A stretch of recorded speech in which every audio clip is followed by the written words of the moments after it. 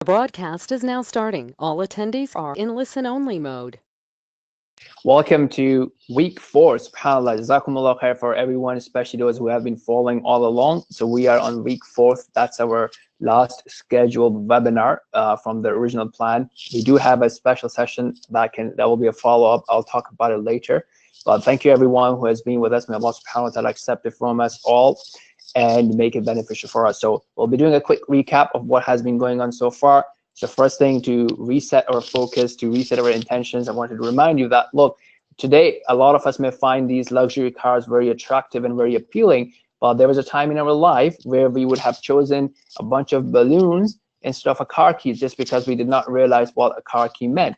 Or from an investment perspective, again, we're not talking about the halal or haram investment, but from a perspective of understanding, at some point in your life, you may have not valued a certain product and you may have valued something else, but later on, a few years down the road, it became a very strong product. So sometimes we don't have a knowledge of future, and we may have attraction towards something because of our understanding.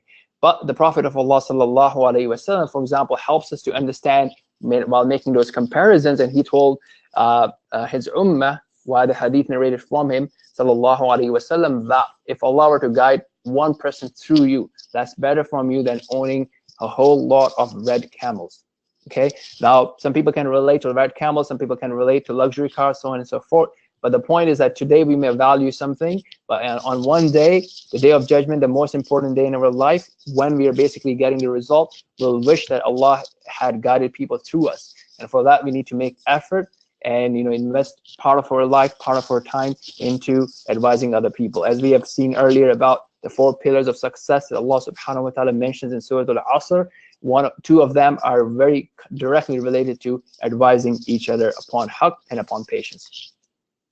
So, and again, as for the experience of this webinar and any other Islamic circle that you sit in, remember the hadith that we have from the Messenger of Allah sallallahu alaihi wasallam, that when people gather together remembering Allah subhanahu wa ta'ala, the angels descend upon them, the sakina descend upon them, Allah's mercy envelops them, and Allah mentions them in front of the angels. So as we know that 2 people can be doing the same thing, but the rewards may be totally different. So for us to be able to get maximum benefit, we need to keep pumping just like a hand pump, and we need to keep pumping in what? Focus, attention, and to close on any other distractions that we may have opened, whether we are attending live or watching the recording, so that we can focus and learn and think about the different techniques that are being mentioned, and then provide feedback, provide criticism, provide new ideas, provide your own experience, so that we can develop the training to a next level and exchange ideas with each other, and to learn and internalize the ideas so that we can implement them, inshallah. So a question for you guys all would be to just pause for a second and to think about, hey, what have I learned from my last lesson, from my last webinar series? Have I implemented anything? Why have I not implemented anything? And just have a reflection on what we have been learning. And that's something very good for us to do for any sort of learning that we engage in. Okay, so what we had in the first webinar, from a new Muslim mentoring perspective, which was week 3 for our webinar series, was to get clear on our objectives, understand the different risks to our da'i, the wins and the expenses, what's the notion of a customer success team, why should we care about people after they've taken the shahada, the 80-20 rules for reward, retention, and development, structure of a team that you can have in your own organization, and the stages of a new Muslim may go through, different resources to support you in your da'wah and new Muslim mentoring and coaching. And then we close with the importance of revert success, convert success, developing converts in the sight of Allah subhanahu wa ta'ala. And that was Surah Abasa wa Tawalla, right? So the whole notion that we had there, we talked about it. Okay, so today we'll be talking about the following points, inshallah. We'll do a quick recap, and then we'll discuss what do we mean by a coach, a mentor, what is convert coaching about, how do you find new Muslims or renewed Muslims to start engaging with, right? What do you want to discuss within the first meeting, the first session that you have with them? What points do you want to address? What do you want to do in regular follow-ups? What about structured studies and the halal and haram side of things, do's and don'ts, common pitfalls, other tips, and what's next? So we talked about this last time, that this is a typical experience that we have when there's a new shahada. And But after that, the person is back to his or her world. They may have different attractions, different desires, different habits, different addictions, different people around them.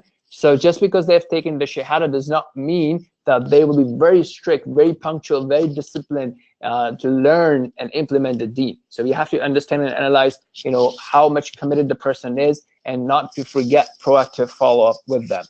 And we talked about this story last time. I shared the link. I hope some of you may have watched the video story of this brother who took the Shahada, went to masjid, was given a box, and was left with that. He did not do anything with that, and went ahead and had families with non-Muslim people, and was really in a troubled situation before he got in touch with us. And alhamdulillah, with development, as I mentioned last time, he went for Hajj and so on and so forth. So don't think that they're very ready to learn and implement, and they're just hungry for knowledge, and we need to find ways for them to teach them. But understand that different people, and most of the people, are not super committed. So this is stuff we talked about last time. So in terms of success, in terms of what you can bring to the table, what Allah can bless us with, and that is not a measure of our success, but these are some of the signs, some of the things that Allah blesses us together as a team with, to encourage us so that we continue our work. But just because we don't have successes does not mean that our work is not accepted. And likewise, if we have successes, does not mean that our work is accepted. So we have to keep renewing our intention and put in the best effort for Allah subhanahu wa ta'ala. And if we commit an hour, 2 hours, 3 hours for a team, for a volunteering for the sake of Allah subhanahu wa ta'ala, we should take it seriously and deliver it with excellence. A lot of time you will see people, committing to volunteer, but they're in 1 week, they're absent the other week. Sometimes there are genuine reasons, and sometimes it's just because we did not care enough, because it was something we were doing for free. But if it was something for our business, for our corporations, for our work, if we have a higher standard, we need to have same standard for the work of Allah subhanahu wa ta'ala, if not better. Okay, so this is the brother I was talking about. So just for some successes that Allah can make happen because of you, through you, while your effort is that people can, really learn about the deen, go and perform Hajj, implement the pillars of Islam, so on and so forth. We talked about this brother, about remote support last time. Different screenshots of conversations and how people appreciated it. A full follow-up using Trello and things like that. I'll link it today and how to do it. And you can see a lot of other success stories if you use this link. Inshallah, I'll keep documenting the success stories there, and hopefully we'll be getting success stories from you guys as well, from the new UKIM teams, and we'll keep adding there as well, inshallah. Okay, so now let's get into today's specific topic. So what is a coach? What do I mean by a coach? Why am I using this term as opposed to some other term like a buddy or a mentor? There is a reason for me to use this term in this manner, because there's a small video, a clip that describes what a coach is. But in general, I want you to understand that, look, coaching is focused on results.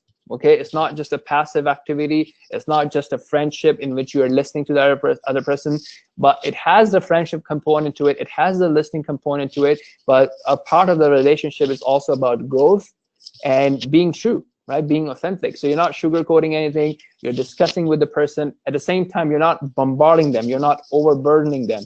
They are the one who are setting their goals, and you are helping them have clear goals, clear metrics in place, and then helping them to come up with habits and rituals and practices so that they can achieve those goals. And then you help them measure the results, and then you help them analyze why they're falling behind in terms of what they have committed and what else can they do to basically overcome those challenges and to continue their growth. A coach can bring in experience from the wider team, from their own network, and may bring experience from other people so that the person have more data. And we'll talk about it in part 3 more of that. The coach may be able to make connections within the community. So somebody may be interested in a particular field. You may be able to connect them, make like-minded friends, and so on and so forth. It does not mean that you personally have to teach them everything. You personally have to solve everything for them, but you are helping them to do what they need to do.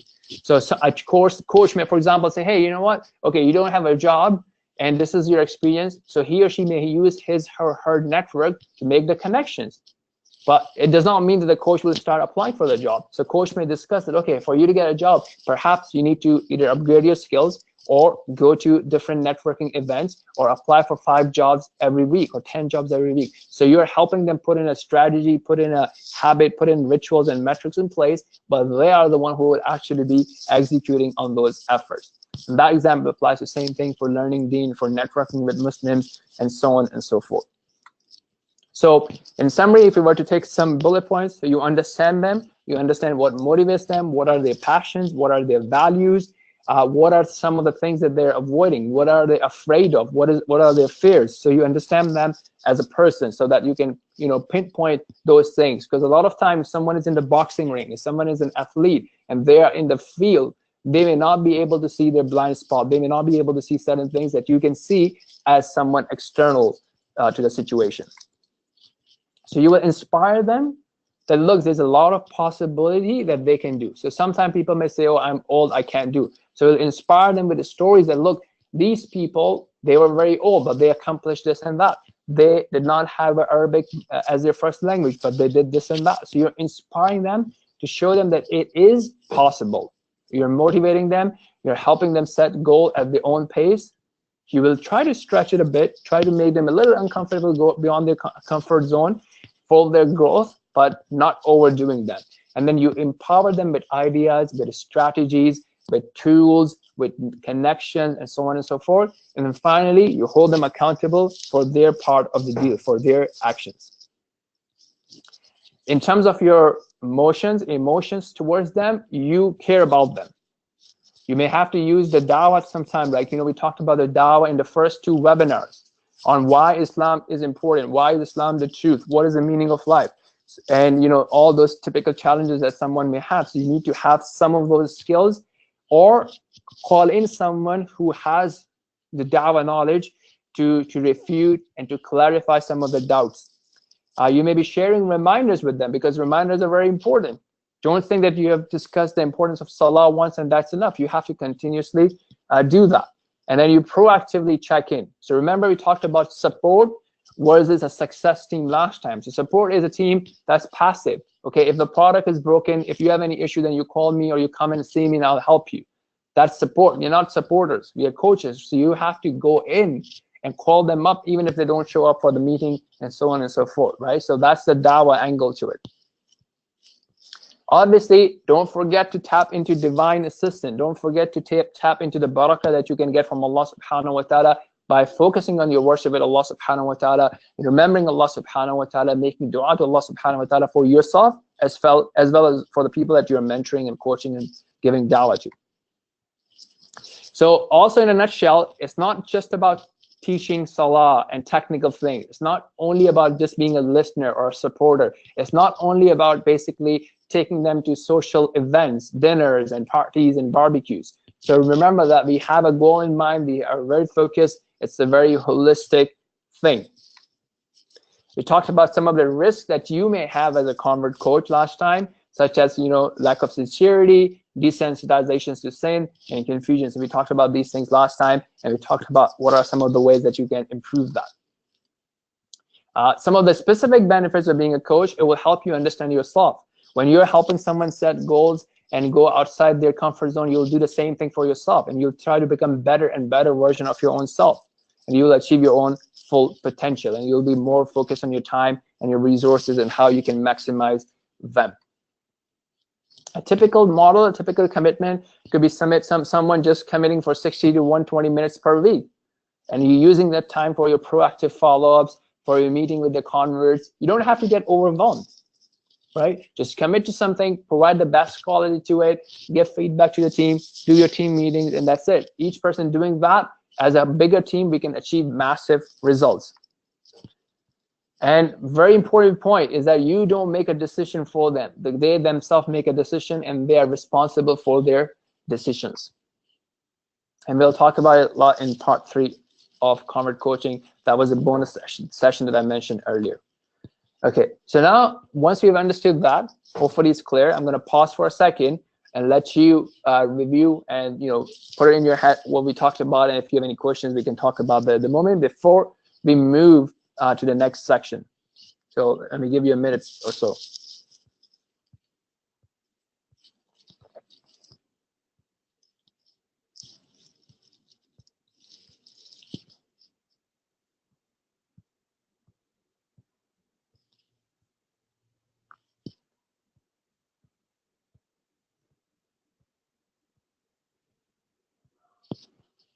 Okay, let's continue.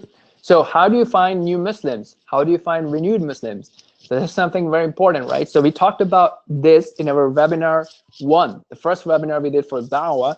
We were talking about how do you start a dialogue with the non-Muslim, and we talked about an active initiation and passive initiation there. So you can use the similar techniques here as well.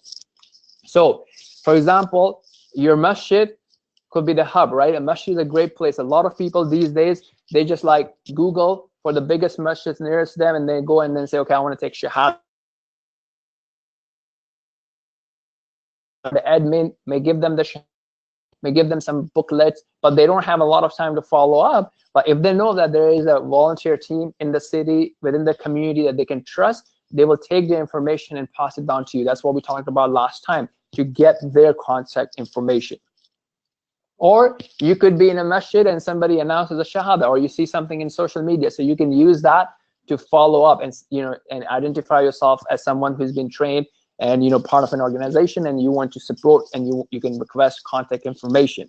You may see non-practicing Muslims, people who just identify themselves with Islam, but they don't come to Jummah, they don't really care about the most important pillar of Islam, which is as-salah. Or you see that it's just like a surface level salah and whatnot. You have a lot of these type of people in our community around us, and many of us may have been like that before. So there's nothing to be judgmental about here, but for you to now identify them and then have a similar dialogue with them about the purpose of life, who is Allah, reminders, and then engaging them in their growth as well. You may see people around you who are looking for purpose, who don't have a meaning in their life, and who are looking for purpose in their life. So that could be another people that you can have a discussion with. Or you may see people who are finding their life empty, right? Maybe something has happened in their life and they have a setback in their life, and then now they're trying to find meaning in their life, and they're feeling depressed, or not like clinically depressed, but like sad and have anxiety and stuff like that, or they may have suffered a loss in their life. So you can use that to inshallah give them the bigger view of life and tell them about Allah subhanahu wa ta'ala and his hikmah, his wisdom behind everything, and so on and so forth. Or you might see new faces in the masjid, right? Especially in Ramadan. Ramadan is around the corner. You may see a lot of new people. So if you have something like that, you can say, hey, we have a plan, a package, a program, a workshop, or team that facilitate growth for people who want to connect with the masjid, who want to connect with Islam, and so on and so forth. And there are many people like that. You may also see it from revert marriages, right? So you may either get it from imams or other people in the community who do marriages, or marriage license officers, depending on how it's done in your country and your locality. And they may be able to use the revert marriages, as we talked about last time, to say that, look, your love and the eternal nature of your love is dependent on both of you worshiping Allah subhanahu wa ta'ala and retiring and having a vacation in paradise together. So for that, it's something that you guys need to be focusing on as well, along with other things of the marriages. So that could be another avenue. Or you may organize events and conferences for converts and reverts.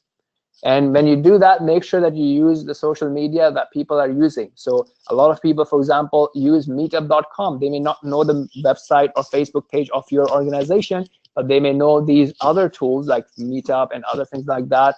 Or they may be looking at the trends or hashtag on spirituality or God or other things. So make sure you tap into those things so that your events come across them, so they can come in and then you can engage with them.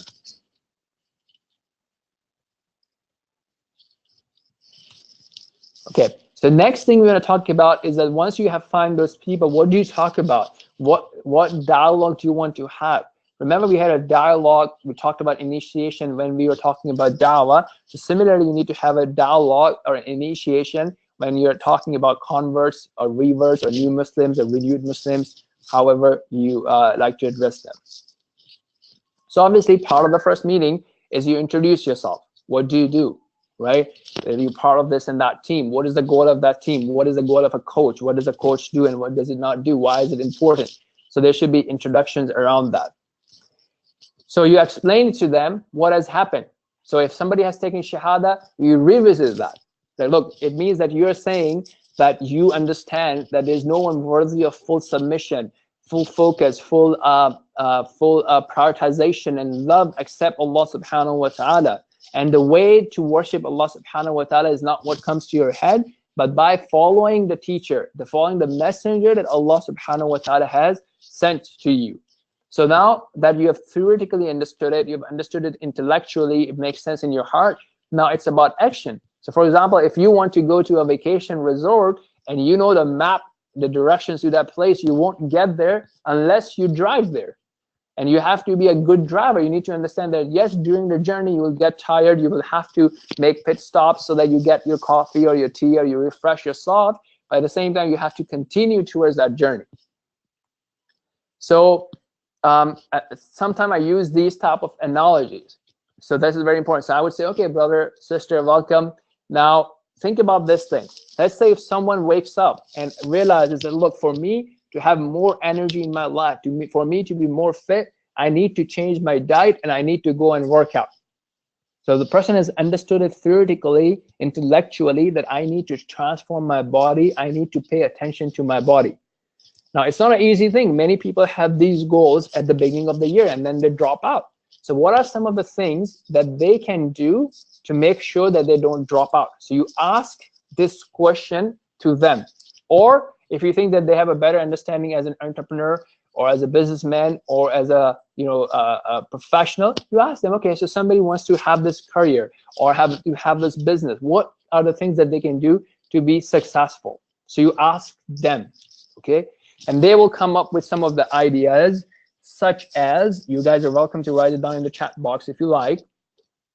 So they will come up with ideas that, look, they need to have goals. They need to have goals that they can achieve. They probably want to have a mentor, a coach that will help them achieve those goals.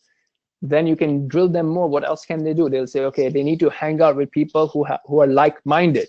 So if you want to be fit and you're hanging out with people who are eating like, chicken wings and Pepsi and fries all the time and cakes and ice cream, it's going to be hard fit for you. It's going to be very hard for you to say no while you're hanging out with them. So you need to hang out with people who have the same goals as you. They probably want to consume some videos and movies where they are seeing people working out and eating healthy, and then they're seeing results. So you need to consume content that will inspire you and motivate you towards those things. You may want to create some reminders, so on and so forth. Same thing applies for business. So now the question is, if the focus is on the soul, if the focus is on the relationship with Allah subhanahu wa ta'ala, same thing applies. You need to consume content about Allah. Because when you walk out of this masjid or this center, brother or sister, so I'm having a conversation with them, most likely nobody will talk to you about God. People will talk to you about the products that they're selling, the services they are selling, or the movies they have watched, or where they want to go for party, or the vacation they want to have. They will be talking about these type of things. Most people wouldn't talk to you about God. So you either have to use your phone and computer to watch content that is suitable for you, that will talk to you about who Allah is, or you need to come to the masjid classes, or you need to hang out with friends who will help you have that content. You need to set some goals. You need to be hanging out in good company, and so on and so forth. Another example I would like to use is like this phone has a charge, right? Like if I keep using it, the charge drops. If I want to continue, I need to keep recharging it.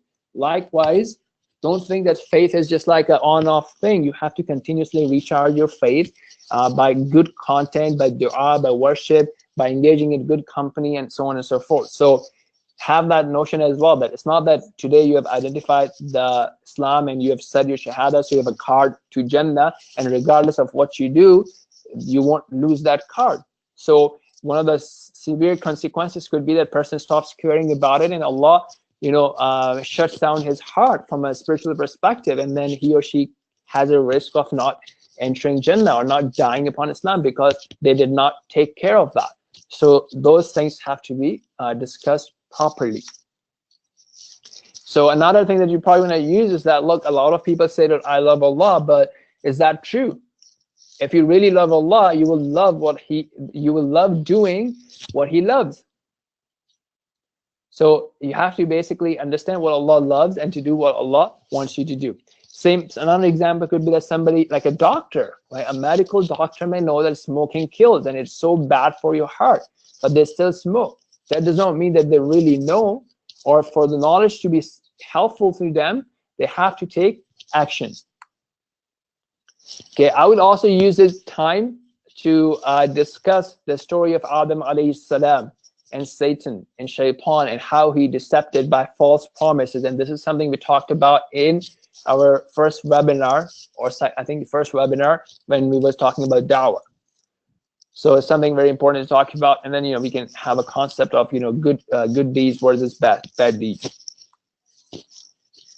So in that notion, you want to emphasize that, look, whenever they feel it's hard, whenever they feel like it's hard to do, don't forget that Allah is the one who gave them the gift of faith, and they can continuously seek assistance. It's not a shameful thing to ask Allah for assistance, and that's something it's very important to clarify. A lot of people don't understand that as new Muslims, and they're like, oh, I feel shy to ask Allah, I shouldn't be asking all the time. So we need to help them understand that, look, the way you deal with Allah is not the way you deal with people. The way you understand Allah is not the way you understand people. So yeah, if you keep asking people, they may be bothered, but Allah loves that you ask. The more you ask Allah, it doesn't mean that Allah becomes bigger or more powerful because you're asking Him. It helps you to have a better connection with Allah. It helps you to realize that, look, you are, regardless of how powerful you are, how much strength you have, you're still dependent on Allah subhanahu wa ta'ala. So asking Allah is a good sign of you being a worshipper of Allah, that you realize your true nature, that yes, you have to put in effort, you have to do your best, but success comes from Allah. So even for small things, it's actually a good thing to ask Allah. When you ask Allah, you get rewards. The point system we talked about, the good deeds versus bad deeds, you get the good points, you get the good credit, you get the thawab, the good deeds, rewards, so on and so forth. Okay, the second thing you want to emphasize is the importance of company. So we're not saying to leave all your friends and all that. That's your decision to make, but something for you to focus on. That, look, if I go to a certain company, if I hang out with certain people, what is the purpose behind that? Some people you may still want to hang out, but let's say if you want to have business relationship with them, you want to have professional relationship with them, they may not be a good people to hang out and have fun with. Or they may be a good people to, let's say, hang out and play soccer with, but not good people to go and party at the pub or bar. So these are some of the things that you have to decide to make your journey easy towards Allah subhanahu wa ta'ala. And when you cut them down or how you cut them down, that's your choice. It's something for you to be aware of, that how are other people influencing you and influencing your soul and influencing the relation that you have between you and Allah subhanahu wa ta'ala. The third point, what we talked about earlier, the content. Make sure you're putting good food for your soul. Just like you give your body good food, what content are you giving to your soul? What is your plan? What are your goals? And how would we do the accountability? How would we do the follow-up meetings? So these are the 5 things that you definitely want to have an understanding of by the end of your first meeting. So remember, look, I didn't talk about wudu. I didn't talk about how to make wudu or salah. That depends on how fast the person wants to move in. But now we are even talking about the fundamentals. In the beginning, I used to do that. I'm like, okay, brother, let me teach you how to make wudu. Let me teach you how to make salah, without realizing that the person is not ready. They just took the shahada, but they're not ready to take action. So you have to make sure that the foundations are there. Otherwise, you may teach them and then they may not come. So some of the other things that I would do is I would use their phone to help them. So I would get them the app called Muslim Pro. I would set up the translation for them. I would show them how they can listen to Quran, how they can read the du'as in there, because it has a lot of different things. You can read the du'a, it will give you an ayah of the day. You can listen to Quran. It can show you the salah timetable. It can help you find the nearest masjid around you. I would also, encourage them, and while they're with me, go to YouTube and subscribe to these YouTube channels. So these are YouTube channels which don't have a lot of academic content. So they have basic content reminders that people can use. For Salah, we can get into it later. I used PraySpace before, but I think it's not there on Android, so I'm trying to find a good alternative for that. I would also do another thing is I would go to newmuslimacademy.org, because they are very active in their social media. Maybe by the time you're watching webinars, other organizations may be active, but for now, this is the one that I know of. And I will try to subscribe them to their email list, to their Facebook, Twitter, Instagram, whatever the person is using. And then I will also have an agreement on when we can have a follow-up meeting. Okay, so before they go, I will warn them about a few things. I will warn them that, look, some of the things that you need to be aware of that we have learned from other people is that you have accepted Islam. It does not mean that you have to agree with every Muslim around you in the community. So you may come across Muslim who may have who may have their own personal political view, or may have a cultural habit, and they may think that this is part of Islam and there's no other way out. But you have to be aware that just because a Muslim is doing it, or just because a Muslim is so staunch on it, or so adherent to that practice, it does not mean that this is from the Islam. It does not mean that there is no other option in Islam. So if that happens, please come and check with me, okay? So that you don't start getting overwhelmed because of some Muslims. And it does not mean that every Muslim will be your, close friend. You have to identify. Some Muslims you would click more with, some Muslims you won't click more with, and that's fine. Some Muslims you just say, Assalamu alaikum, how you doing? And some may become your friends. So remembering that is super important. Another thing that you may notice is that when you go to a masjid or when you go to a mosque, people may come to you and say, hey brother, you made this mistake, or you should not wear this. They may come or they may not come. We discourage them to do that, right? We talked about it earlier, but they may still do it. So if something like that happens to you, just thank them, know they're coming in from a good intention, and say, I'm working on it, I have a mentor, I'm slowly progressing, I appreciate that, I'll take a note of that. That's it. Because in general, we encourage people not to do that, right? Because it becomes very judgmental. Sometimes people get offended and they don't want to come in because they're like, oh, people are monitoring me. If I make a mistake, they will correct me. And they're so cautious about themselves that they don't have a good experience. So I would, preemptively make them aware of that. Now, some of the other issues that I will make them aware of is that, look, you don't have to try to please everyone. You don't have to make sure that everyone agrees with you. So you may say, okay, let's work on this cause. Maybe the cause of, a food bank is super important to you. Or maybe some other political cause is so important to you. Maybe you want to work against or for climate change. That does not mean that everybody want to use their spare time in that cause. And they may be using the spare time for their family, or they may be using their spare time for something else. So that's fine. But because if you try to change everyone to do what you're doing, you will struggle. And the reason I'm saying this thing is based on people that I've seen. So you may not have to mention everything, but as a coach, it's important for you to understand that, so that you can advise either preemptively or when you start seeing these things happening. And at the same time, you don't have to overwhelm yourself. So, somebody may say, oh, you have to do this, you have to do this, you have to do this. But that's fine, because you have to decide what it is that you will start with, right? So again, going back to this example of physical transformation, somebody may say, okay, you know what, just cut down all your carbs. Or somebody may say, okay, reduce your carb, but you can't do that. That's fine. Maybe you can reduce your desserts. Maybe you can reduce your smoking, right? So you start with the bigger things that will have the biggest impact, or the small things that are easy for you, and then you slowly develop into it. Don't be overwhelmed. Oh, I just do this and have a whole bunch of things to do. Don't get overwhelmed, because that's not how you grow in any field of your life. So make sure that you have a good relationship with them, that they will share with you if something is bothering them.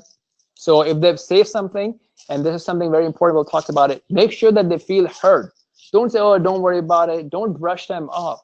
So if they bring up something that's an important concern for them, so acknowledge it. And that's very important in your personal relationships as well. A lot of time people just brush off each other as if it's no big deal. Oh, don't worry about it, and when you do that, the other person will stop sharing with you, or will stop relating with you. And sometimes that happens between children and parents, or husband and wife, because we brush off each other. That's very important, to acknowledge the concern that the other person has, and if they're looking for solutions, for you to then share ideas or ask experts for ideas, and so on and so forth. So likewise for converts, if they say, well, how do I tell my parents? So don't brush them off. They have a genuine issue.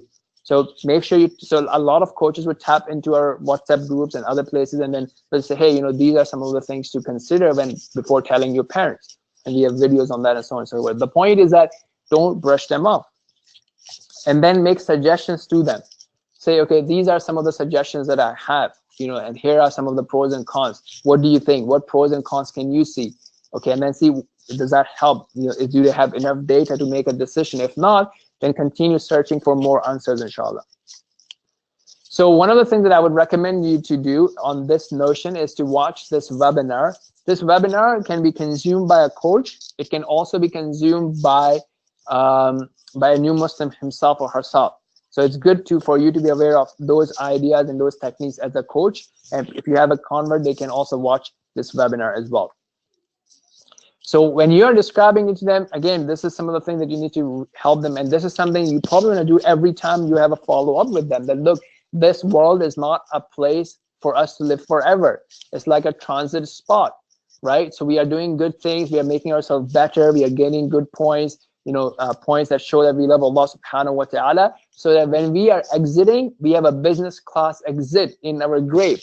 The transformation from this life to the next life is a business class, and us living in grave is a business class as well, right? And then we end up in a vacation forever in paradise. And as we worship, we do it seeking the love of Allah subhanahu wa ta'ala. Don't think of it as a task or as a thing that you have to do from your to-do list, but rather as you do better, you get better and better. You worship, you pray your prayers, you do good things. Any good thing that you do, you take care of your family, you smile to people, you say something kind to people, something nice to people, you're getting closer and closer to Allah subhanahu wa ta'ala. And these are some of the things that we talked about earlier, as well as what we talked about in the webinar that I mentioned. So now what I would ask you guys to do is all the information that I've told you, right? Now practice that. So if you want to see me doing that, here's a video list that I've put on the slide, and you will get the slides. And here's a document. So it gives you suggested scripts.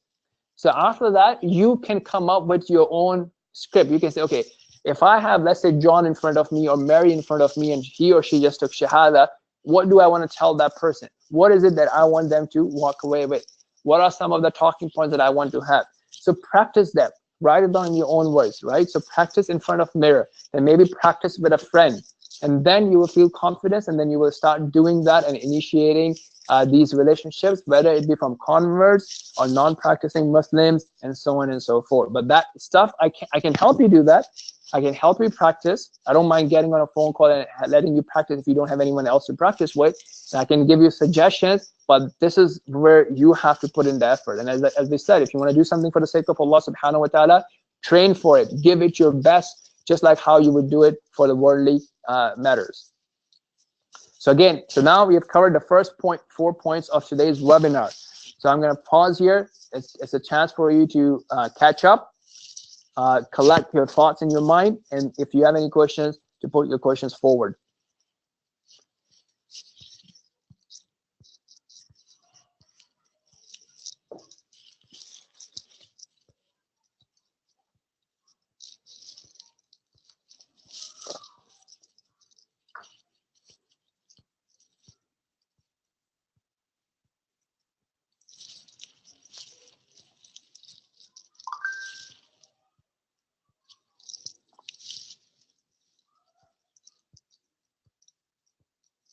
All right, let's continue. So this is the first meeting, right? What happens after that? So remember, we're not about just support. So you call me if you need anything. No. So you will now follow up based on the agreement. So you may follow up on next Thursday, next Friday. Maybe they may say, okay, I'm going to come in for Friday prayer, and after that we can hang out a bit if you have time. Or I'll come on Saturday morning. Or maybe there's a breakfast that happens on Saturday or Sunday morning at your masjid, or some other halaqah, some other class happens. You can encourage them to come in and maybe attend it, and then you guys can catch up after that. Or you may just meet them outside at a coffee shop, and so on and so forth, right? You can come up with creative ways, okay? So even if you have to buy them breakfast or coffee and whatnot, that is something you can discuss either from your own budget, have a budget from your own self or your family or your friends, or the masjid or team can have a budget for these type of activities, depending on what's needed. So when you're having these follow-up meetings and you want to empower them, you want to revisit the purpose of life, you want to revisit who Allah subhanahu wa ta'ala is, you want to remind them of the importance of dua and having a conversation with Allah subhanahu wa ta'ala and consuming spiritual content during that meeting that you are having, and for them to continue consuming spiritual content before that. So that's the first stage where people are strengthening their relationship and their understanding of this world and their understanding of who Allah subhanahu wa ta'ala is. And that's going to happen with content and with discussion and so on and so forth. If they have moved on and they're ready, then your meetings could be about teaching them how to pray, right? You may get into technical aspects of the prayers, like how to make wudu, what breaks your wudu, what do you say in your salah, and so on and so forth. but don't make your meeting all technical. Keep it balanced. Make sure you have some spiritual content, that is, who is Allah, something about the seerah, something about the events of the akhirah, and so on and so forth. While that's happening, don't forget your point number 5, because some people may be not ready for prayers, but they may be okay in coming to classes. They want to have that community feeling, and they want to study with other Muslim brothers and sisters. Or they may be ready for activities and volunteerings in the community. So especially UK Islamic Mission has a lot of volunteering activities. See where they can engage in, or make sure that whoever they're volunteering with is revert or convert sensitive. So they don't want to point out, how are you dressed this way, or this tattoo. I mean, if you have a uniform, that's a different thing. But other than that, they have to be more accommodating for new people, right? So, for them, some of them may be like, okay, you know what? I have time. I can volunteer for a good cause. So make sure that they get that, right? Some people are more into learning. Some people are more into activities, and they learn what activities. So please have an understanding and eye out for that. So, when you're having your typical catch-ups, I would probably say, hey, how's it going? Share any good news, any progress that they have made in life. From your side, you share something, they share something. Focus on their mindset. Discuss with them who is Allah subhanahu wa ta'ala. Discuss about what goals did they put in place, right? If they said, okay, I'm going to watch 10 minutes of YouTube videos, or I'm going to read a page of Quran, whatever it was, discuss that. Adjust the new goals. If they couldn't do it, then maybe ask them to put in some Google Calendar. Use Google Calendar or any other calendar on their phone, or to put reminders on their phone, or suggest that maybe you guys do activities together, right? And then have some Quran discussion within that meeting as well. I'll show you in a second. And make sure that it's the technical as well as spiritual, right? So some of the things that you can use for that is, you can use a habit share to develop habits. That's an app. They can share the results with you. You can just use basic WhatsApp messaging. You've done 2 prayers, whatever you agree on. Or you can use a very structured system, which is like Trello, and I'll show that to you in a second. So when you're talking about Allah in your meetings, so as an example, you're talking about the names and attributes of Allah subhanahu wa ta'ala. And what does it mean that Allah is the Lord? What does it mean that Allah is the Rabb? So it has implication. That means that Allah is the creator, owner, sustainer, protector, giver, and taker. And we describe those things in the webinar I mentioned earlier, as well as in our first webinar on Dawah. That look, Allah is the one who creates everything, and He owns everything. So whatever you want to achieve, right? So let's say you're a technical person, you want to have brilliant ideas, and you want to research something, or you want to have brilliant ideas for your business, and you want to have, a lot of happiness in your relationships. Like, there's no smart way of doing it without realizing that Allah is the one who owns it.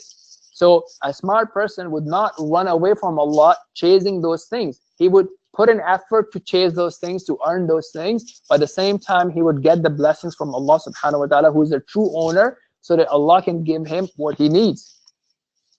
The implications of Allah being the Al-Hakim and Ar-Rahim and Al-Qadir, right? So we talked about this in fruits of worship, right? Understanding that events that happen are from the decree of Allah subhanahu wa ta'ala, and decree of Allah subhanahu wa ta'ala is based on His wisdom. There's a wisdom behind everything that happens. We may not be able to see it, but that does not mean that there is no wisdom. Same thing, you always hope for a better future, because Allah is able to do things. And beautiful hadith, right? So you need to have those things handy so you can discuss that, right? That look, Allah has said in Quran, in Surah Al-Talaq, verse number 2 and 3, very, very powerful. Keep them handy. And look, if you fear Allah, if you adopt the taqwa of Allah, if you do what Allah wants you to do, if you live a life that is pleasing to Allah, Allah will find a way for you from every difficulty. And Allah will provide you from where you could not have imagined. So sometimes we are in the prayer, we think about, I'm going to do this, I'm going to make this call, send this email, do this, apply for this. But hey, Allah can give you even from sources that you haven't thought about. So yes, do that outside of the salah, plan and do it. But in salah, connect with Allah subhanahu wa ta'ala. Excuse me. And Allah will provide you from ways that you could not expect.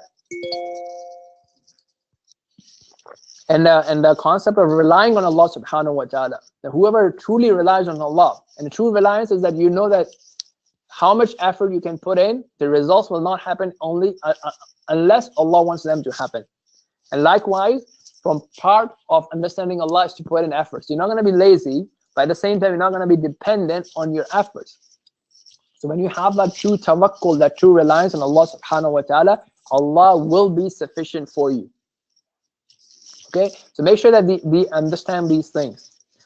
Now, this is a beautiful hadith, right? The Prophet of Allah is instructing the young companion, radiallahu anh, and he's teaching them about the importance of taking care of the commands of Allah, and Allah will take care of you. And to ask Allah for all of your needs, and to realize that people cannot benefit or harm you except by the permission of Allah subhanahu wa ta'ala. So these type of mindsets are very important for us to keep repeating. Don't think you have told them. I mean, we forget how many times we know these things theoretically, but do we live by these things? So how can you expect a convert to, right? So make sure that we discuss and remind each importance of patience and important good things are ease coming out of after hardship. And what is hardship anyways, right? Is every hardship an absolute hardship, or is because Allah knows that's good for us and that grows us and that makes us closer to Allah subhanahu wa ta'ala? Sometimes Allah may make you in a very easy situation, but you're going away from Allah. So the worldly possessions or the lack of hardship or the having of hardship does not mean that Allah loves or hates you. It's your reaction. It's what Allah blesses you to do and how to react in different situations in life. That is an indicator of whether Allah loves you or not, or whether you love Allah or not. So we mentioned Quran earlier. So you want to mention that, look, there's nothing like Quran. And Quran is the speech of Allah, and it's in Arabic language. That's how Allah said it. And it's a cure. It cleanses you. It cleanses you. The more you engage with it, the more you read it, the more you listen to it, it cleanses you. Okay, it's a guidance, and it's a way of happiness and success. So when you read a verse with them, here are some of the questions to ask. Okay, so let's say we read a verse, any random verse. So ask the question, what do I learn about Allah? Do I learn about Allah something in this verse? What is this verse talking about? Is this talking about a time, a place, a human beings, types of human being, a battle? What is it talking about? Is it talking about a ruling? What is it talking about? Is it talking about a past event? Right? So these are some of the questions that they can ask to connect with Quran. Is it talking about some qualities? Are these the qualities of successful people that Allah loves, or are these the qualities of disbelievers, or are these the qualities of hypocrites? So if it's talking about qualities, how do I do in terms of those qualities? How do these qualities apply to me? Does it tell me something about what Allah loves and what He does not? Is it reminding me to focus on something? So maybe I was focusing on other things which are like, you know, small petty things, but it's telling me to focus on something much more important. Is there a promise from Allah that if you do this, I will do this? Is there any promise that's mentioned in this verse? Does that tell me about what kind of mindset I want to have when viewing this world? So that's something that you want to have, and at the end you have a playlist on me having a session of Quran with the converts. Okay, so you can use those ideas to have those type of discussions, inshallah. Now, when it comes to technical aspects of things, I would tell them, look, and that's very important for you to know that you don't necessarily have to be able to read Arabic for you to be a good Muslim.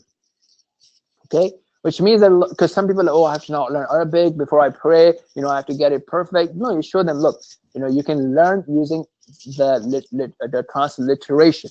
Now, when you come to transliteration, what happens is a lot of times the transliteration that you will see in the book, and this is very important, they are following a certain system of transliteration. Okay, so the transliteration system may not be good for the person that you're teaching. So what I've realized is that it's super important for them to write their own translation. So you just want to show them how to pronounce something, and they will write it themselves. So for example, you see the transliteration that I have is Bismillahir Rahmanir Rahim, and you will not find this transliteration anywhere. Okay, because that's not a proper coded system. But right now we are focusing on pronunciation, right? So I say, okay, brother, I want you to say this, and he may write B-I-S. Next word is, next syllable is millah, and he may write it like that. Next is hir, rahma, nir, rahim, right? So you are helping them pronounce the right thing. Okay, so that's very important to understand that, look, you can't get everything done in the first day, right? So you may have to make some compromises.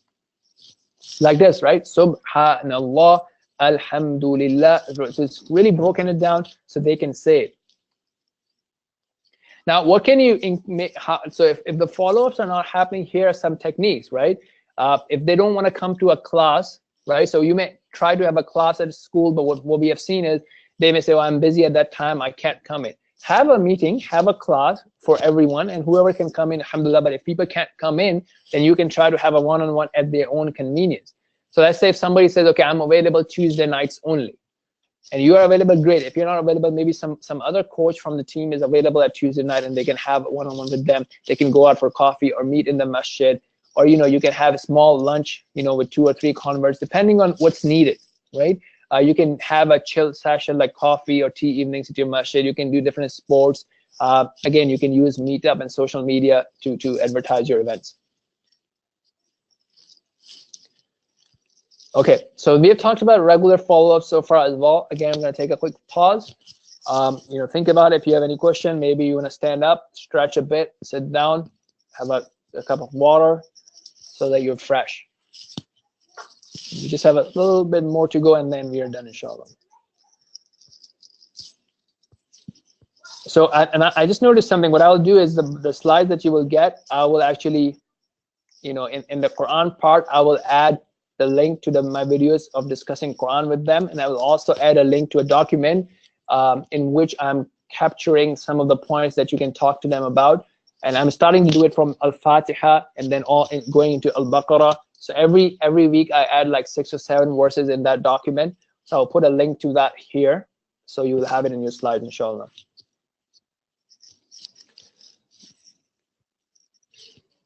Okay, so now let's talk about structured studies, right? So this is something, for some of the converts, they want to structurally study. They want to understand what is Islamic theology, right? What are the pillars of faith? What are the pillars of Islam? They really want to understand it structurally, and they are ready for it. Okay, so before that, we were just trying to get them ready. We were trying to strengthen their faith. So now here are some of the resources, PDFs, charts, and different things that you can use. Okay, so it depends. Like if you may have to do some of your own investigation and then use something that you like. New Muslim Academy is very good in that sense that they have modules that are recorded. They can do it self-study, but sometimes they don't like to do self-study, so you may have to log in with them and watch the video together. Or you may say, okay, your homework is to watch video number 1, and then when we meet, we'll discuss video number 1. So that could be one option. Islam-wise had a lot of stuff. IRA has some stuff on their website. They'll be releasing more videos as well. I'm working on that. So, keep an eye on those channels, on those social media. Also, if you subscribe to the WhatsApp group and different things, then you will get notification of that as well. So at the last, here is my document, New Muslim Buddy Program. So I keep it updated. So as I find new resources, so if you use that link, you will see the PDF for Salah and Tahara. You'll see the PDF for Iman. You'll see the PDF for how to make wudu and so on and so forth. So these are some of the resources that you have to spend time with or select as part of your organization. So everybody is using the same PDF and the same document. So I don't want to impose one over the other. So these are some of the things that are available, and then you can use what you are comfortable with. So here's a discussion around having a technical versus spiritual benefit. So sometimes people will be like, oh, I don't pray. Right, and then you ask, why don't you pray? And like, oh, because I don't know what to say. So you have to remind them that, look, Allah is not judging you on your technical accuracy. So you are going and you are maybe struggling with some of the pronunciation, but you're doing your best. What's way more important is for you to pause your work, for you to pause your fun, for you to pause your party, for you to pause your education and stand up and pray, for you to pause your sleep and stand up and pray. That's way more important than for you to say Alhamdulillahi Rabbil Alameen like a proper Arabic pronunciation. So that's something very important for you to emphasize and be aware of, because a lot of people will be like, and that may be something from shaitan that, okay, what's the point of praying but that's not how it is, right? What you are judged with is the presence of your heart, is the sacrifice, is the effort, is the love that you're bringing to the table. Okay, so now we're going to talk about some of the things like halal and haram. So we talked about this last time, right? So first, when it comes to halal and haram, you need to understand that, is this something compulsory or is this something recommended? okay? And you may think it's compulsory, but it may be recommended according to the majority of the scholars, according to some of the scholars. So you need to be aware of those things, and that's why you may want to tap into your trusted scholars. But more important than that, you need to also understand that are they even ready for it? So don't bring up something if you see that we're just trying to strengthen their faith, and right now they are not even able to pause their life 5 minutes and pray, and you think they'll give up their girlfriend or they will give up any other bad habit. So be careful about what they're ready to take on. So not just knowing halal and haram is important, but also having an understanding of if they're ready. And whenever they make a choice, let them make that choice, right? Because sometimes they may say, yeah, that's fine, you know what, I'm in a haram job, I'm gonna go and quit that job. Sometimes they may say, but then you say, okay, look, let's take a look at pros and cons. Inshallah, we hope that Allah will find you a job and Allah will replace it with something better. But Allah may test you. Maybe you may not get a job for 1 week. Would you have that trust? For some people, they're like, oh, look, Allah didn't give me a job, and then they basically give up. So you have to let them understand these pros and cons. Let them understand that it does not mean that the Muslim community will support and pay for your rent, right? So inshallah, we hope that Allah will give you the job, but you need to, this is a test of your faith, and so on and so forth. So make sure that their commitment level is clear, and that's the decision that they are making.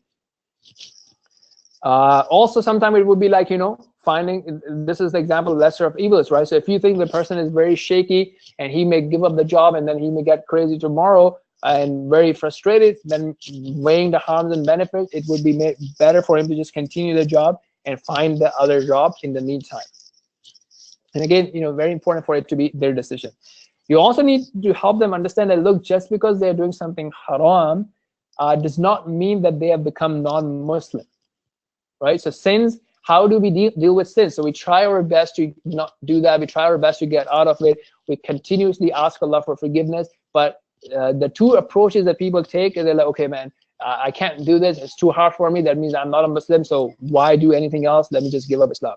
Another extreme that people do is like, they try to justify what they're doing, and they're saying, you know what, that was for that time. This time it's fine. And, it's all halal and permissible. So both are extreme approaches. So we talked about some of these groups, right, that we can discuss specific issues, specific concern scenarios, use pros and cons, and discuss from our experiences. And here is a YouTube playlist for different Q&A, including the one that I showed earlier, such as changing name, circumcision, bath, or husband or wife married to a non-Muslim, so on and so forth. And there is a document, Empowering Muslims. It has all these resources as well. So usually it has a table of contents, and it also has keywords. So if you search for hardship, job, somebody so recently asked me, what about Quran translation? Where do I get a translation? Which translation should I use? So I have a good recommendation there, right? So you can search for translation and you'll find text, audio, video, all links there. So all the cases that we have been seeing so far, and whatever we see in future, we keep documenting it there, so it becomes a beneficial resource for other coaches. What about some of the books that are recommended? So again, those are all recommended and mentioned in that document there. So here are some of the common pitfalls now. So number one, from a coach perspective, they become too passive. They go into support mode. So I may assign a convert or a renewed Muslim to a coach and like, hey, how's it going? Yeah, I gave him or her my contact information, but they're not coming back. So I think everything is fine.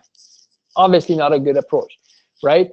Coaches being shy to get to the main goal, right? So sometimes they're like, hey, how's it going? How's your mom? How's your husband? This and that. You'll have all this sort of chit chat, but you don't set a goal, and there's no focus growth in terms of their relationship with Allah subhanahu wa ta'ala. So that's why they need to be able to change, have that, look, at the end of the day, I'm coach. We agreed on some goals. We agreed on some results. Another pitfall is, as I mentioned earlier, that reverts sometimes aim for perfection. So they may say, okay, I don't want to do it until I am able to pronounce it perfectly. So that's something that shaitan taps into. So we need to make them aware of that. Or they may be aiming for overall perfection, that, okay, if I have this other sin, what's the point of salah? No, salah is way above any other sin. So even if you drink, you still pray. Even if you have a boyfriend or girlfriend, you still pray, so on and so forth, right? And we talked about this in the webinar, validation, right? So some people may have this notion that, look, they drive their validation from their friends or their parents or their siblings. Now, because they have become Muslim and they see themselves being criticized by them, so that may be a big shock to them. So you need to make them aware that, look, when you say validation, you are good within yourself. So if you look at a faulty mirror, it does not mean that you are wrong. You have to look at the quality of the mirror. You have to look at the quality of the person who's giving you feedback. And sometimes it's like, they just get everywhere. They get into WhatsApp groups, they get into Facebook groups where people don't even have a context of a Western society, and they're giving, you things that are not important. And a lot of mess can happen if they go into, taking information from not vetted sources, which are not wise, which don't understand your situation, so on and so forth. Okay, and then it will be like, okay, you're following, this person has this opinion, this person has this opinion. To keep it simple, if you trust someone, follow that. As you grow in your knowledge, you can figure out, why is this person using that, and so on and so forth. And then also prioritize the importance of issue. So you may pray in a certain manner. You go to a different masjid, and somebody say, oh no, I pray this way. Okay, does that mean your prayer got invalidated? No. So if you trust someone and you know that the person is not making up stuff, and they are using reliable text, and you follow that. And then later on in your life, if you get into that thing and you want to understand why I pray like this and this person prays like this and so on and so forth, you can get into that. But in general, you trust someone and their sources are correct, and you focus on that. And seek help from Allah for Allah to guide you to the right teachers. Right? So remind them of the importance of tapping into Allah subhanahu wa ta'ala's power and his guidance to connect with the right people, to connect with the right teachers, and so on and so forth. And as you learn something, act on it. Don't go about information searching and hunting, and you're not even ready to do the basics, right? That will just overwhelm you. Okay, and then so on and so forth, right? So just understanding that, look, even if you don't do something, you're still a Muslim, right? So it's not that just because you're doing something haram or not doing something obligatory, and it's not a part of the pillar, does not mean that you're not Muslim, and you're working towards it and you're getting better and better. So don't give up. So these are some group, like, if there are any new training, new webinars, we announce it here. And this is content that the readers can consume. So these could be Quran studies, Q&A with converts, and things like that. Okay, so now I want to just get into some other tips. So this is the importance of being patient as a coach. So as you can see that, I was talking to this brother like for so long, and he wasn't replying, and then one day he replied. So, I was messaging once a week, then, because he wasn't responding, maybe every few weeks. And then, you break through, and then something happens and people come back to you. So don't give up, and be patient and be persistent. And okay, so here's an example of a Trello. Remember, I showed you that one of the ways that you can have a holistic growth is using a Trello model. And this is something that we'll talk about in part 3. So here's how you do it. So if you really want to go into and, get a full system of holistic growth in every area of your life, and how to start thinking about it, or how to start helping someone think about it, there are some ready-made step-by-step instructions that you can follow using this document, and we'll talk about it in the next webinar as well. Okay, so these are more examples of, like, people checking in on WhatsApp, people checking in updating their Trello activities. Now, another thing to talk about is to use data. Right? Just like any other thing, use data to measure your success, to measure the results that you and your team are bringing. So I've created something using HubSpot for free, and I've described it like that in these videos there. So if you are interested, you can take a look at it, and then I can help you deploy HubSpot for any organization that you're part of. So you may be part of the UK Islamic Mission, or you may be part of a separate masjid who is watching our webinar, or any other local effort. So you can use these type of system to have data to see, what kind of number of converts that are coming in, what challenges that they're having, are they communicating, are they growing, are they stopping, where they're stopping, how far have they moved forward. So it will help you, maintain data. And then, so this is an introduction to it, what it's capable of. And then this is about, how the users will use it and how you can set it up in your own organization. That's the admin guide. So after that, basically part 3 will be about empowering reviewers to break through their social issues and to help them grow holistically in all areas of life. Here are the contents of it. We'll make introduction, We'll talk about 3 pillars of tactical coaching, 5 pillars of strategic coaching and intervention, 5 steps to achieving success, common obstacles. So that's part 3. This will be happening sometime next weekend, and you will be getting details about it, via email, or if you follow the social media, you'll see the details of exact time and the webinar registration link. So this is a form. So if you are from a different organization, different parts of the world, it's good for us all to know who is where, because sometimes, as I mentioned last time, that we connect people internationally. So it's good to know who is who from where. Join the WhatsApp groups that you like, and start focusing on engaging with people, right? Get your first meeting script ready and start practicing it, and then start reaching out to people to engage. Okay, so again, a reminder to watch this webinar. And yeah, that's about it. So I'd like to hear what was your favorite takeaway from today, and any questions or comments that you have. Before that, so these are the playlists, right, that I mentioned earlier about. So this is the Quran Convert playlist, and these are other playlists that you may find beneficial. And these are the documents. The New Muslim Buddy Program, it links to Salah, Wudu, different resources. And Empowering Muslims is for any questions, issues, translations, hardship, things that you can use as a coach to empower the person that you are coaching. And this is more for emotional mastery. And this is a snippet from the Empowering Muslim blog. So you can see there's a very dense document, and you can search for any issue or concern that you have, and it will, inshallah, take you to resources and to notes that we have on that topic. Okay, so with that, we will basically go here, and I would love to hear from you what you have learned so far. Any questions, concerns, suggestions, or comments? Bismillah.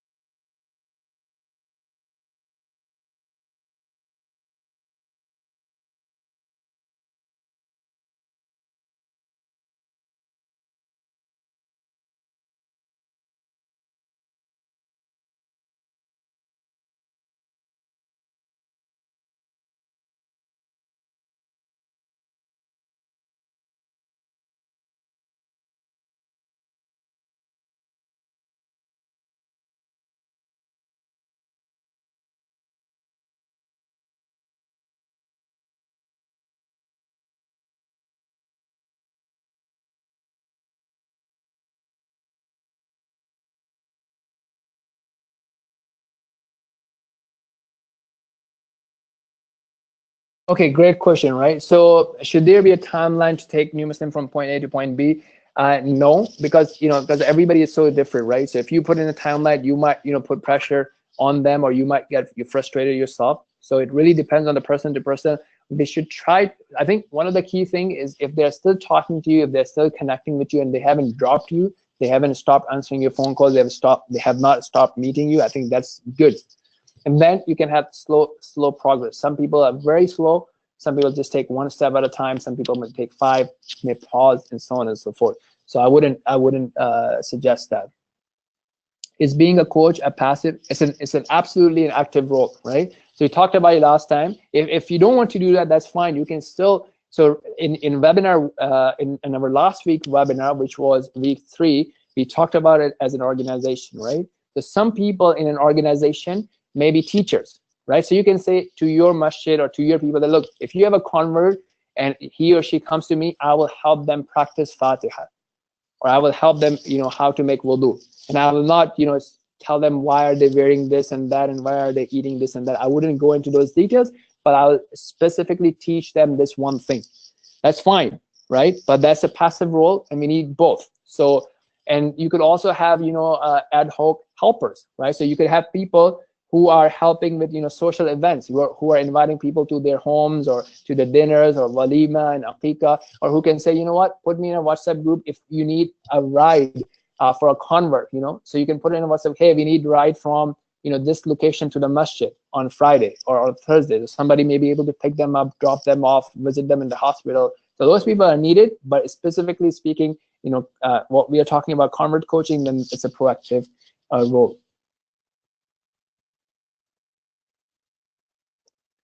Okay, please answer about Mother Nature argument. What is the argument about Mother Nature? Right? So the question is, who created this world? Right? So one answer to this is an intelligent designer, someone who had the power, the knowledge, the ability, created everything. Okay. The other thing is, it just happened from nowhere. Is that the argument of Mother Nature? Right? So it happens from nowhere. So what you're saying is, you can look at this one piece of device and it has functionality. It has a camera, it has a sound capturing system, it has a screen, it has an interaction. Now you look at a human body and any organ of the human body, and just like a heart, and how heart coordinates with brain, and how the blood coordinates with eyesight, and within eyesight, how you have different components. So my argument to you is, I'm saying that just like anything else, my proposition to you, to a non-believer, is that this is by an intelligent designer, a God.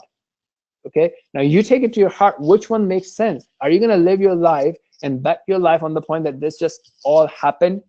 And we don't do that for anything else in our life. We don't do it for our phones, for our schools, for our educational system, nothing. So how can we do that for the entire thing? So one option is by a God, and one option is out of nowhere, it just happened. So I mean, so I think it's pretty clear that, you know, you can say it. Yeah, I mean, you can say anything, right? I mean, as I said, like, there are people who say that we are in an alien simulation. So you can say anything. The point is, what is the truth? And if you're a truth seeker, then you have to weigh what is the truth, and you have to go back to your heart and then see what makes sense in your heart. So I hope that clarifies it. If not, please put the argument forward, and then we can discuss that, inshallah. So what we have said so far is that it's logical, it's very likely, it makes sense that this has to come from a creator who fine-tuned all the different parameters in the universe to exist in a fashion that the universe would not collapse. So it's not a random thing. If the strength of sun, if the positioning of sun, if the positioning of the earth changes, it will be a very chaotic thing. So it's this one unique proportion where everything works together with integration and harmonious nature. So how would someone even come up with this notion of it's by nowhere? That's one thing. The second thing is the notion of a universal proof. So if I come to you and I say that, look, if somebody walks in the room and say, hey, Zubair, this is my phone. I'm like, no, what proof do you have that it's your phone? And he said, no, you have to prove to me that it's your phone. So that wouldn't work, right? Because just because of the fact that I have the phone, he has to prove that there is no, that he is the owner. Likewise, the question of, you know, is there a God, or is it just like Mother Nature? They have to prove that how can it be Mother Nature? Because we have strong evidences that it's a God, and it's a universal truth that is God. When I say universal truth, it's facts that are in general accepted across all cultures, across all time, and that is the notion of God. So if somebody comes up with a new idea, then they have to bring proof and evidences for the strength and validation of their idea. Any other questions? Any elaboration on the Mother Nature argument?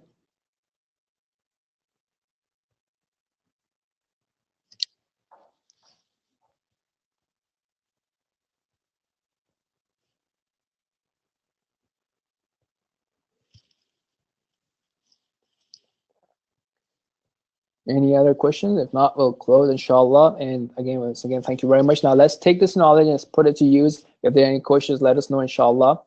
And I'll hopefully see you guys in the next webinar, which would be a weekend.